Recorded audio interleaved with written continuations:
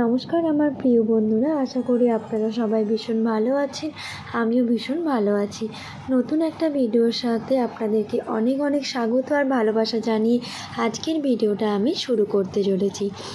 সামনেই আসতে চলেছে মহালয়া, তো আজকে মহালয়া নিয়ে কিছু বলবো। মহালয়া কবে পড়েছে, সূর্যগ্রহণ ও মহালয়া কি একই দিনে, গঙ্গা স্নান ও কি তর্পণ করা যাবে নাকি, মহালয়ার পূর্ণাঙ্গ সময়সূচি সব কিছু আজকে জেনে নিই। চলুন আমার ভিডিওটা পুরোটা আপনারা দেখবেন। ভালো লাগলে অবশ্যই লাইক, কমেন্ট, শেয়ার করবেন এবং চ্যানেলটিকে সাবস্ক্রাইব করে আমার পাশে থাকবেন। মহালয়া হলো পিতৃপক্ষ এবং দেবীপক্ষের সন্ধিক্ষণ। এর মাধ্যমে দুর্গাপূজা উৎসবের সূচনা হয়। দেবী দুর্গা এই দিন পৃথিবীতে অবতরণ করেছিলেন বলে বিশ্বাস করা হয়। বাঙালিরা ঐতিহ্যগতভাবে দেবী মাহাত্ম্য শাস্ত্র থেকে স্তোত্রপাঠ করতে মহালয়ার দিন ভোরে ঘুম থেকে ওঠে। মহিষাসুর মর্দিনী নামে পরিচিত গান এবং মন্ত্রগুলি শোনার জন্য প্রত্যেক বাঙালি পরিবার ভোরবেলা ঘুম থেকে ওঠে। এটি দেবী দুর্গার জন্ম এবং অসুর রাজা মহিষাসুরের ওপর তার চূড়ান্ত বিজয়ের বর্ণনা দেয়।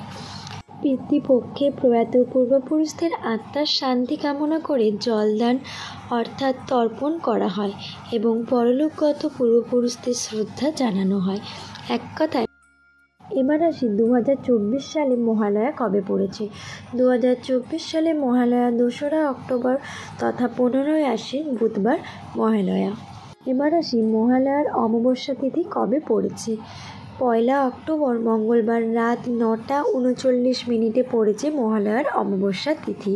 তিথি শেষ হবে 3রা অক্টোবর বৃহস্পতিবার। এই তিথি শেষ হবে বৃহস্পতিবার দুপুর 12:18 শেষ হবে মহালয়ার অমাবস্যা তিথি। এবার বলা যাক তর্পণ কি। তর্পণ আমরা অনেকেই জানি, এবার অনেকেই ছোট ছোট যারা জানি না। তো যাই হোক, তর্পণের মাহাত্ম্যটা কি সব কিছুই জেনে নিই। তর্পণ শব্দটি এসেছে ত্রুপ থেকে। এর মানে সন্তুষ্ট করা। এমন বিশেষ দিনে দেবতা, ঋষি ও পূর্বপুরুষদের আত্মার উদ্দেশ্যে জল অর্পণ করা হয়।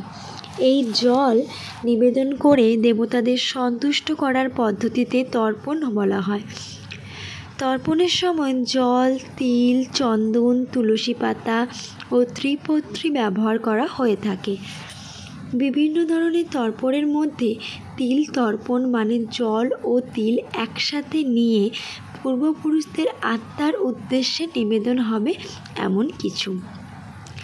পিতৃপক্ষ শাস্ত্রমতে বিশ্বাস করা হয় সূর্য কন্যা রাশিতে প্রবেশ করলে পিতৃপক্ষের সূচনা হয়।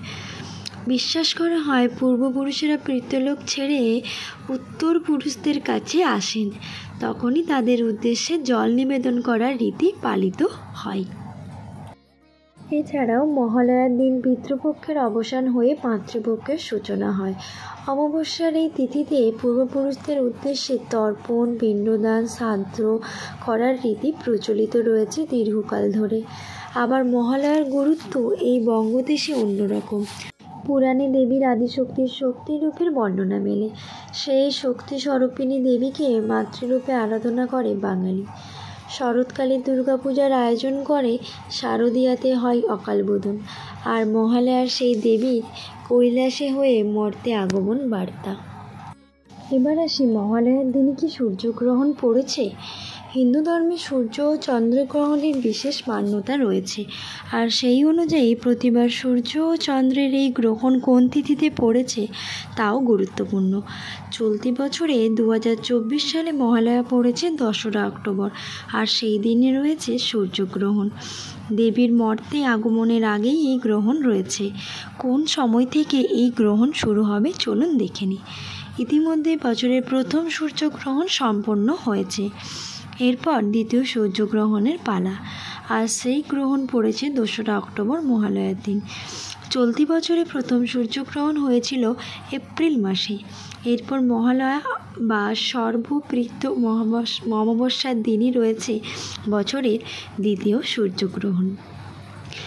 মহালয়া তর্পণের দিনে এই গ্রহণের সময়কালে চোখ রাখা যাক। সূতককাল মূলত মূল সূর্যগ্রহণের 12 ঘন্টা আগে থেকে সূতককাল ধরা হয়। এই সূতককালে কোনো মাঙ্গলিক কাজ করা হয় না। সব মন্দিরের কপাট বন্ধ করা হয়। তবে চলতি বছরে ভারত থেকে দেখা যাবে না সূর্যগ্রহণ, ফলে এই গ্রহণের জন্য কোনো সূতককাল নেই। সূর্যগ্রহণের সময়কাল 2রা অক্টোবর 2024 পড়েছে বুধবারে। সেদিন রাত 9টা 13 মিনিট থেকে গ্রহণ শুরু হবে। গ্রহণ চলবে রাত 3টে 17 মিনিট পর্যন্ত। প্রায় 6 ঘন্টা 4 মিনিট থাকবে গ্রহণ। পঞ্জিকা মতে আশ্বিনে এই অমাবস্যা পড়েছে। মূলত মহালয়ার পিতৃপক্ষের অবসানে দেবীপক্ষের সূচনার দিন, সেই মহালয়ার সময়েই রয়েছে এই গ্রহণ। এবার আসি দুর্গাপূজা আমাদের কবে থেকে শুরু হচ্ছে। কবেই আমাদের প্যান্ডেলে প্যান্ডেলে পুজো দেখার ভিড় জমে যাচ্ছে। কবে থেকে আমাদের সবারই মনে হয়ে থাকে পঞ্চমী কবে, ষষ্ঠী কবে, সপ্তমী কবে, অষ্টমী কবে, নবমী কবে। চলুন জেনে নেওয়া যাক পঞ্চমী কবে পড়েছে। এই বছরে মহাপঞ্চমী পড়েছে 8ই অক্টোবর 21শে আশ্বিন মঙ্গলবার। মহাষষ্ঠী পড়েছে 9ই অক্টোবর 22শে আশ্বিন বুধবার। মহাসপ্তমী পড়েছে 10ই অক্টোবর 23শে আশ্বিন বৃহস্পতিবার। মহাষ্টমী 11ই অক্টোবর 24শে আশ্বিন শুক্রবার। মহানবমী 12ই অক্টোবর 25শে আশ্বিন শনিবার। এই মহানবমী এবং দশমী পঞ্জিকা মতে একই দিনে পড়েছে, কিন্তু অনুষ্ঠিত হবে মহাষ্টমী 11ই অক্টোবর, মহানবমী 12ই অক্টোবর আর মহাদশমী 13ই অক্টোবর 26শে আশ্বিন রবিবার। জেনে নিই মা দুর্গার আগমন কিসে হয়েছে। 2024 শাস্ত্র মতে দেবী দুর্গার আগমন 2024 সালে দোলা বা পালকিতে হচ্ছে। শাস্ত্রে আছে দোলায়াং মকরং ভবেৎ, দোলায় আসা মকরতুল্য বা মহামারীর ইঙ্গিত, যার ফল শুভ নয়। তো বন্ধুরা, আজকের ভিডিওটা আমি এখানেই শেষ করছি। আশা করব সবার পুজো খুব ভালোভাবে কাটবে। আমার এই ভিডিওটা যদি আপনাদের ভালো লেগে থাকে, অবশ্যই আমার এই ভিডিওটিতে লাইক, কমেন্ট, শেয়ার করবেন এবং আমার চ্যানেলটিকে সাবস্ক্রাইব করে আমার পাশে থাকবেন। আমি কোনো ভিডিও পোস্ট করলে সবার আগে যাতে আপনারা দেখতে পান।